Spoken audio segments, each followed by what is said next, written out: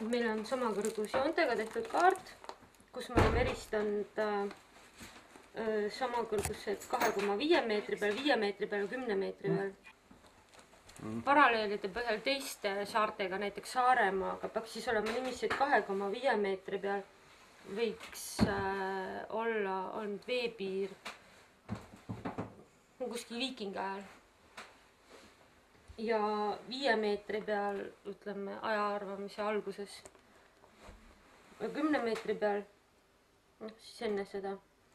Ja see rohelisega on siin märgitud 10 meetri ju. Nüüd on meil plaanis kontrollida seda rohelist ala. Rohelise ja punase vahelist. Rohel, jah, just.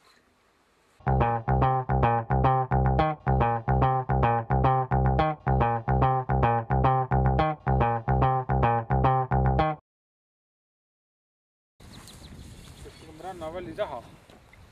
Vall hakkab langema siia poole.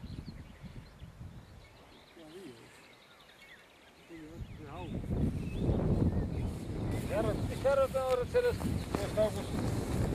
No, võib-olla oleks see Meile meeldivad augud. Oleks aeg. Meile meeldib, kui sa auke teed. Kuidas teha ringi kujuliselt. Üks väikene augukene.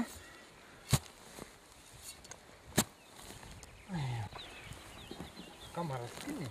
Tõmmata kamar kõrvale.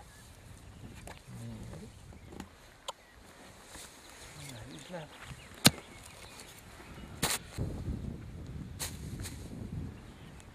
Ja nüüd võib hakata sibistama.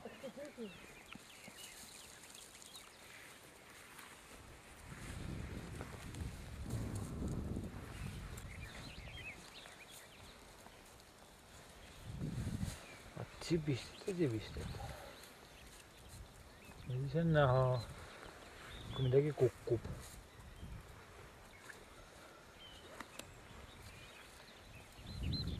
Aga alati on hea panna kivid kõrvale.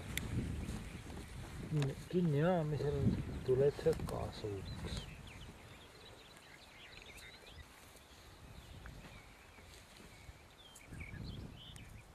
Süsi, aga ei tea, mis ajast. See on viisakult.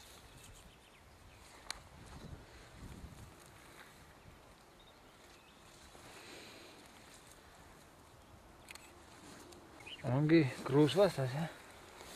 Et ega see paksus on, tabid ära.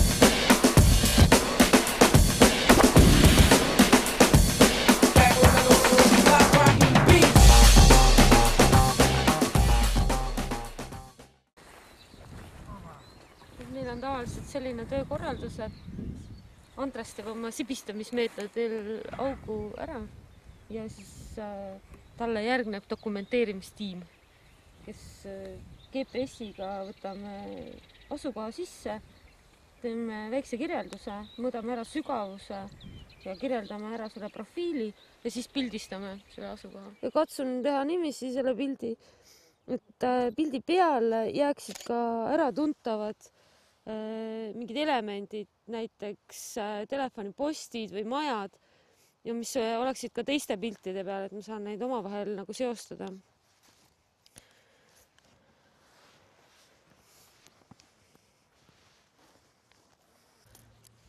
Väike Andres kaevab väga süstemaatiliselt, paneb kivid, mulla ja leiud eraldi hunnikutesse. Ja tema kaevamismetoodikaga on võimalik ka kindlaks määrata, mis sügavusel mingid leiud tulid. Et sellest šurfist siin ühtegi leidu ei ole ja kultuurkihti ka ei ole, aga sellest hoolimata me dokumenteerime ka need paigad, kus me midagi ei leidnud. Dokumenteerimismetoodika kultuurkihiga ja kultuurkihita aukude puhul on täpselt samasugune. et ma panen kirja mõned märksõnad selle kohta, et millisel maastikul see prooviauk paikneb.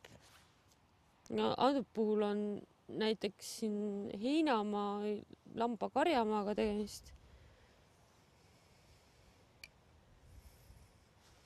Teistest prooviaukudest mul on juba teada pinnase üldine iseloom, et siin on aluspõhjaks looduslik meresetteline liiv. Mõõdan selle sügavuse maapinnast. 25 sentimeetri sügavuselt hakkab see.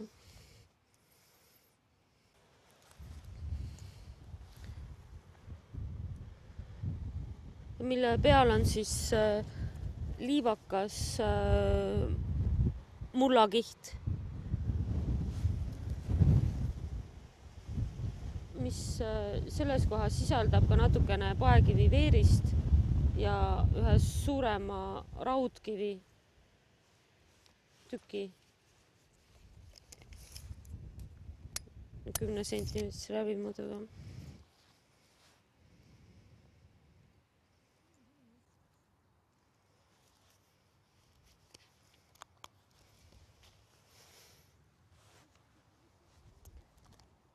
Siis peaks augu kinni ajama, kui mul oleks kühvel.